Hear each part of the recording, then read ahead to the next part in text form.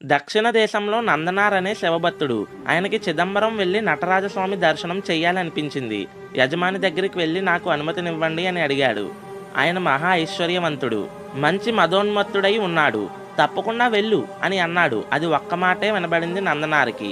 కానీ ఆయన అన్నాడు, ఇవాళ రాత్రికి మన దగ్గర ఉన్న 500 ఎకరాల పొలాన్ని నాగలి పెట్టి దున్నేయి, పంట పండించేయి, విత్తనాలు చల్లేయి, కోత కోసేయి, ధాన్యాన్ని బస్తాల్లోకి ఎత్తేయి, పంట పొలాల్లో మళ్ళీ ఒక గడ్డి పరక కూడా లేకుండా తీసేయి, చిదంబరం వెళ్ళిపో అని అన్నాడు.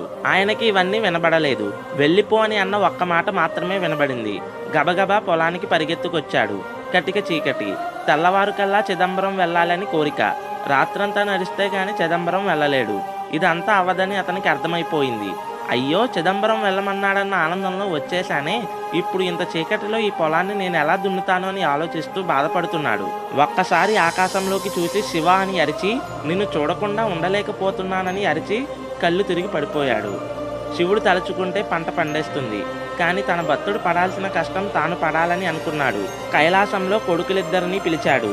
విఘ్నేశ్వరుడు, సుబ్రహ్మణ్యుడు, ప్రమదగణాలు, పార్వతీదేవి, శివుడు అందరూ కలిసి భూమి మీదకి వచ్చారు. శంకరుడు స్వయంగా పంచె పైకి కట్టి నాగలి పట్టి పొలాన్ని దున్నాడు. పార్వతీదేవి విత్తనాలు చల్లింది. విఘ్నేశ్వరుడు కలుపు తీశాడు. సుబ్రహ్మణ్యుడు కోత కోశాడు. పంట పండింది. ఇదంతా ఎందుకు చెప్తున్నానంటే, నువ్వు నిజంగా స్వచ్ఛమైన భక్తితో దేవుణ్ణి పిలిస్తే ఆయన ఏదో ఒక రూపంలో మనకి సాయం చేస్తాడు. భక్తుడి కోసం భగవంతుడు ఏమన్నా చేస్తాడు.